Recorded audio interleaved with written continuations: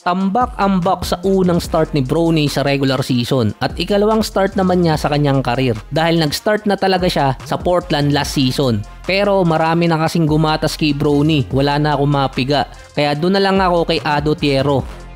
Ayaw kasing ibigay ng mga referee yung bola dito sa mga player ng Lakers kaya nagkaroon ng confusion. Ibibigay kasi nila yon kay Ado Tiero na merong unang punto sa kanyang karir. Pinipigilan si Bando ng isang referee at nakikiusap na yung ibang player na ibigay yung bola pero ayaw pa rin.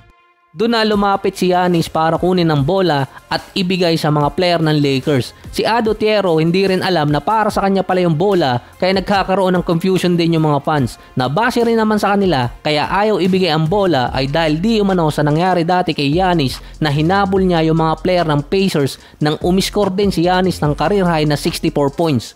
Kinuha kasi ng mga player ng Pacers yung bola para ibigay naman sa rookie nila na dun din nagkaroon ng minor na gulo. Sabi ni Luka sa interview, ayaw daw ibigay ng mga official yung bola kaya si Giannis na ang kumuha pero may isang detail doon kung saan kinuha ni Giannis. So respeto lang ang binigay ni Luka para kay Giannis sa ginawa niya. Para binash online yung referee. Ang reason kasi nun, kada team merong kasing policy. So home court kasi ng Bucks yun. Merong 9 na bola bago mag-warm up. Pipili ng 3 yung mga referee doon kasama yung mga player. Na yun ang gagamitin sa duration ng game. After naman ng game, kailangang ibalik ang mga bola sa kanilang equipment manager na dadalhin sa locker room ng mga referee. Mali pala sa equipment room ng Milwaukee Bucks dahil listed pa rin yun na property nila na kukunin naman ng equipment manager. Kaya nga para na-confuse no si Reeves na nakikiusap pa siya sa referee tapos bigla siyang iniwan. Pero ang ginawa kasi ng referee na yun, ibinalik sa equipment manager ng Milwaukee Bucks.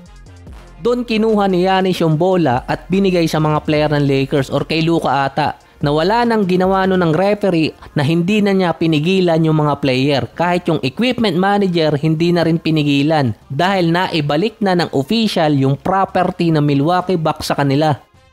Wala naman ako nabasa sa rulebook na sasagutin ng equipment manager yung mawawalang bola na hindi naibalik sa equipment room. Ang nakalagay lang sa rule, kapag merong bolang nawala, ang sasagot yung mismong team, hindi lang iisang tao. Nasa $270 din yung isa. Sa game naman, 119-95, hindi naglaro si Marcus Smart sa game dahil ang nilagay pa sa kanya, DNP tapos virus. May sakit kasi si Marcus Smart. Laganap ata ang sakit ngayon sa NBA, nagiging common na. Nasa 41 points naman si Luka, 25 points kay Austin Reeves. Si DeAndre Ayton naman lumalakas na ngayon, 20 points at 10 rebounds. Ikalawang sunod na game ni Ayton na meron siyang at least 20 and 10. Ang sunod na kalaban ng Lakers ay just November 19. Halos nasa 3 days din mula ngayon, November 16. Home court yun ng Lakers. Ito yung possible return date ni LeBron dahil hindi hectic ang schedule. Sinabi pa sa mga report yun ang best time na bumalik si LeBron para magkaroon ng tune-up game dito sa Lakers. So hindi ko sinasabi mahina yung Jazz dahil yung sa schedule. Dahil after ng November 19 na game nila sa Utah Jazz, sunod nilang laro November 24 na. Jazz ulit. Road games naman yun sa Lakers. Kaya magkakaroon ng ample time si LeBron para makapag-adjust after ng kanyang unang game ngayong season. Dahil hindi rin ganong kababad ang schedule. Magkakaroon sila na mahabang pahinga. Ang team na may pinakamahabang winning streak so far ngayon sa West ay Denver Nuggets. Nasa 7 na matapos nilang talunin ang Minnesota 123-112. Sa sobrang lakas ni Nikola Jokic ngayong season, nasira yung system na ginagamit ng mga statistician. Ito yung para matrack nila yung stats ng game para sa pagitan ng Minnesota at Denver. Nag-collapse yun nung third quarter na merong silang ilalagay sana na double foul.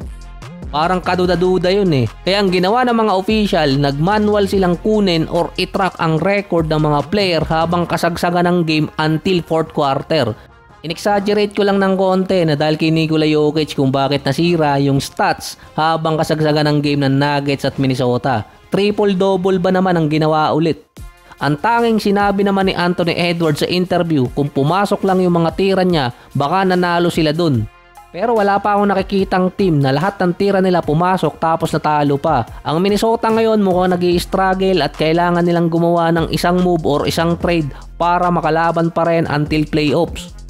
Ang Denver naman nakikipagdikdikan pa rin para maging top team ng West. Dalawa pa lang yung talo ngayon ng Nuggets, puwera usog. Ang OKC naman, maraming player sa kanila ang nawala dahil sa injury. Si Jalen Williams injured pa yon, pero nananalo pa rin ang OKC at sila ang top team.